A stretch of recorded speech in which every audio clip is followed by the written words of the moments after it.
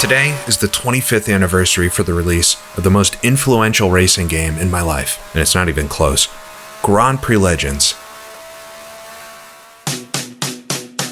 It's a sim often mentioned and included in lists of the best sims of all time for how realistic and difficult it was, and how groundbreaking or foundational it was for the genre. And it is all of those things. It deserves its place in sim racing's past as one of those important building blocks. But more importantly to me, personally, GPL is so much more. It's the genesis of my interest, my passion for historic motorsport. And on this day, 25 years, 2.5 decades, or a quarter century after it was released, I want to reflect and share a little bit of why it's so special to me. I can remember a time before GPL, like many racing enthusiasts of the day with computers, I was enjoying the Papyrus sims, the NASCAR and IndyCar games, and also Jeff Cramman's GP2. Always, though, I was simulating the current series, downloading and modifying car liveries and paint schemes to make it look like what I was seeing on TV. But then there came rumor of Papyrus's next game, Grand Prix Legends. It was confusingly not the modern era Formula One sim from Papyrus that many of us wanted, but a 1960s Formula One game. It was from my favorite game studio, Papyrus, but 1960s F1? I remember the Ferrari on the cover catching my eye. It was a curious throwback to a time I'd only ever heard about. Papyrus's marketing team at the time actually released this gem of an ad. In 1968, they changed the rules of Grand Prix racing to cut down on driver fatalities. Welcome to 1967. What a way to set a tone. It really was an era I knew nothing of. And I imagine I wasn't alone. As a child of the 1980s, it wasn't possible to truly have an appreciation and a passion for the people and the machinery and the races which took place 20, 25, 30 years or earlier before my time. I'd heard and seen a little bit of what happened before, but being an American as well, my knowledge mainly centered around the Indianapolis 500 and the Foyts and the Andrettis and the Unsers. Papyrus's choice, though, is to simulate the 1967 Grand Prix season, the last year before wings and real sponsors entered the sport and changed it forever. Looking back, it's a choice I think makes a lot of sense. It was an amazing era. I remember looking over the ads of the cars and the drivers included. I recognized Dan Gurney, as he was such a force in IndyCar and kart at the time, as just one of those names synonymous with racing. And there was some guy often cited as the greatest of all time, Jim Clark, alongside his teammate Damon Hill's father, Graham, both driving the Lotus 49, the green and yellow Lotus. I didn't really know the car at the time, but the colors sprang to mind if you thought of classic Grand Prix cars. And there was also familiarity with the commentator turned Formula One owner Jackie Stewart. Everybody knew Jackie Stewart. For Papyrus to release a game set some 30 years in the past was a bold decision, one which I and so many are thankful for now, but it really was unprecedented at the time. And sadly, although initial reception and reviews were very favorable, GPL sales very much were not. I think I actually purchased the game in early 1999, and by that time it was already being sold in a jewel case. No big boxes to be found. All in all, they say GPL sold less than 200,000 copies worldwide in total, and only a few thousand in the US. And as much as I'd like to say it was love at first sight, or I guess love on the very first lap, I think anybody that's played GPL over the years has had a similar first experience. I remember barreling down the hill at Kyalami with my Ferrari at full song and slamming into the barrier, spinning out over and over again. This wasn't like the NASCAR and IndyCar games, which you could mash a few buttons and look like you knew what you were doing. GPL was hard, and racing on a keyboard wasn't going to cut it. And so I shelved it. I chalked it up to being too realistic, I think. I went back to the things I was more familiar with. But luckily, there were some others out there who appreciated it for what it was and what it simulated, and they maybe had the skills and the hardware to experience what Papyrus had actually given us. When people say it was ahead of its time, I think that's really what they meant. Most of us, at least from my own experience, we weren't ready for GPL. And so it was really a few years later, I want to say 2003 or 4, I came across some screenshots of GPL mods and updates on the Race Sim Central forums. I remember specifically it was Watkins Glen in the fall time. The colorful foliage and high-res updated models and Watkins Glen as a circuit, and seeing the beautiful cigar-shaped Grand Prix car dancing its way up the S's, it really caught me. And so I went through the process of finding my CD and reinstalling everything and tracking down the latest mods and updates, and now having a wheel, I think the Logitech Momo at the time, as crude as it was, I could finally give GPL a proper go. So I made my first laps, and they turned into my first races and my first wins, and the rest, as they say, was history, or it really is history. At this time, the second time around, Grand Prix Legends awoke a thirst for all things vintage Grand Prix and learning about the sport within me. I wanted to know who all these drivers were and what all the circuits were and how anybody survived racing on them. I watched Frankenheimer's film and any footage and season highlights. I read back through issues of Motorsport magazine, anything I could get my hands on, and so much information came from the community and the forums, and most importantly, in Grand Prix Legends itself. And I began to appreciate all that hard work and knowledge that the community surrounding Grand Prix Legends shared and put into the sim. One thing I always thought was amazing and impressive really in GPL was that Papyrus actually built separate car, sound, and physics models for all 7 cars that were included by default. It's almost tough to see with the default car shapes, but from the Lotus and the Ferrari to the Eagle and the Honda, they were all unique. And so once modders and groups like the GPLEA got their hands on them and improved them and modeled the cars to much higher quality, it really became this amazing learning tool and allowed a totally new sense of immersion. And the track updates as well, whether it was an improvement for the default tracks with updated textures and objects, always matched with photographs and references for accuracy, or the entirely new circuits like Brands Hatch or the ill-fated but much desired Le Mans Bugatti circuit to fully relive the 1967 season. Over that stretch of time, thanks to the community, the sim had exploded with updates and content and was really only getting started.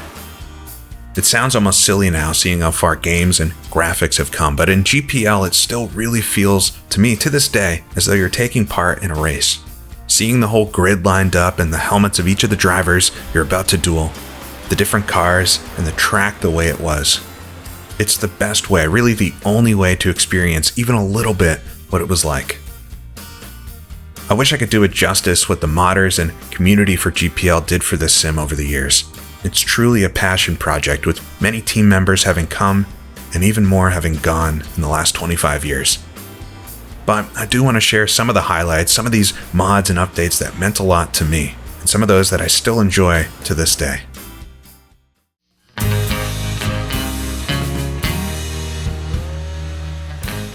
You of course have to mention the very first full conversion mod, which brought the 1965 season to Grand Prix Legends. The wonderful 1500cc engines which created sensational racing through the first half of the 60s and genuinely provide a much more approachable type of car for drivers. For as frustrating as the 1967 cars were with their larger 3-liter engines, I remember things really starting to click when the 65 cars came out, and it only helped increase my enjoyment for the sim. Then, only a year on, the 1969 mod was released, which brought fully realized wings and downforce simulation to GPL. There was a bit of mostly joking uproar at the time too, with it being a departure from the wingless and advertisement-free pure sport that Papyrus had chosen to base this sim on. But the 1969s provided such a different and exciting experience. I think they eventually won everybody over. To feel these cars grip up mid-corner where you would only have slid previously, it demonstrated firsthand almost that technological progression and allowed you to experience what it must have been like to strap wings on a Grand Prix car for the first time. I remember being struck by the fact that you could actually change the wing angle in the setup screen in Sim. It's something that was added specifically for this mod by the mod creators, and it made it look like a stock part of the sim. It was really incredible. And at that time, I would have been perfectly content if Formula One seasons had continued to come out. And they would, but there were long rumors that an entirely new type of racing would come to GPL. And finally, in 2010, the 1967 sports car mod was released, bringing closed-wheeled cars to GPL for the first time.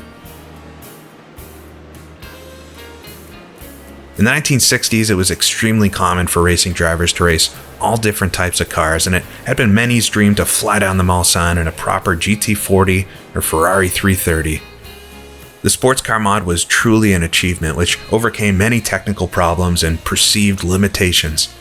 It was really impressive and a lot of fun, but for me it really came into its own when the Targa Florio was released a short time after. 72 beautiful kilometers of Sicilian roads. It pushed everything to the max, and I'm still in awe to this day over what Ginetto and Sergio Loro and the countless others created. I've done an entire video talking about the development and accomplishment that the Targa Florio was, and is. It's still something that I come back to so often and enjoy to this day. But it wasn't just the Targa Florio which blew me away. In 2014, the revamped and completely rebuilt Spa-Francorchamps circuit was released and set a new standard for what could be done in GPL. Spa was often seen as the weakest of the original tracks in its depiction of what racing through the Ardennes was really like. And so for years, a dedicated team worked to rectify that. I still maintain that this is the most faithful recreation of vintage Spa in any sim. It's likely my favorite track to take Grand Prix cars on in Grand Prix Legends, and anytime I want to show somebody new GPL, this is an easy pick for obvious reasons. Although it always felt like the 1960s were what GPL was centered around, many had asked and thought it would be a great sim for some of the earlier years in Grand Prix racing as well. And in 2017, one of the longest rumored mods, the 1955 Grand Prix season, was finally released. The difference in driving these beauties compared to the 1960s cars was truly eye-opening. Even through all the previous mods, I always felt like GPL had a certain feel, but these felt so completely different and at the same time still very realistic. It really showed how far the sim could be pushed and how talented the teams were creating them. The brake fade added to this mod to simulate the simple drum brakes of the time fading and giving out during a race as they heat up only adds to the immersion. It's something I really miss in a lot of the newer sims as well.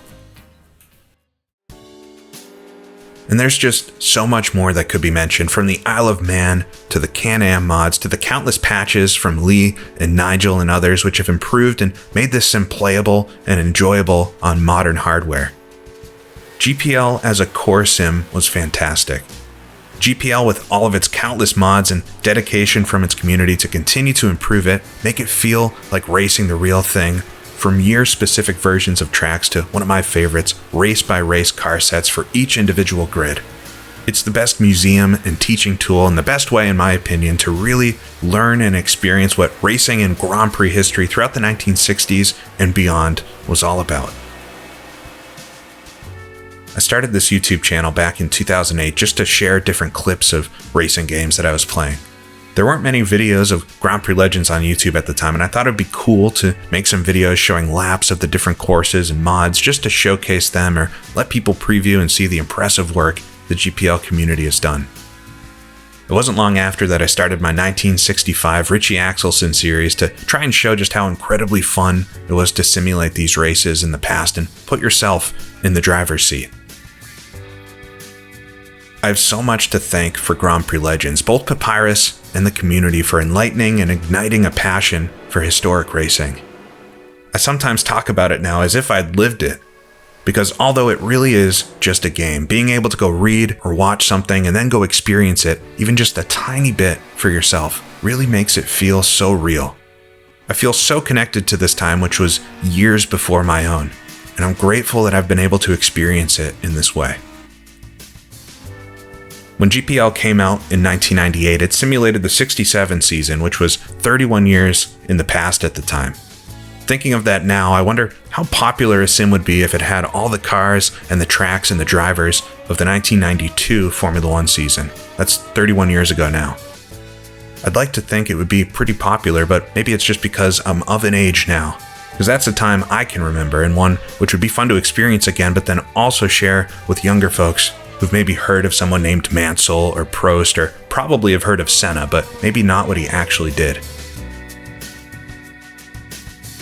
I'm happy I had something like Grand Prix Legends to open that door to the past for me and connect me with something I'm so passionate and grateful for to this day.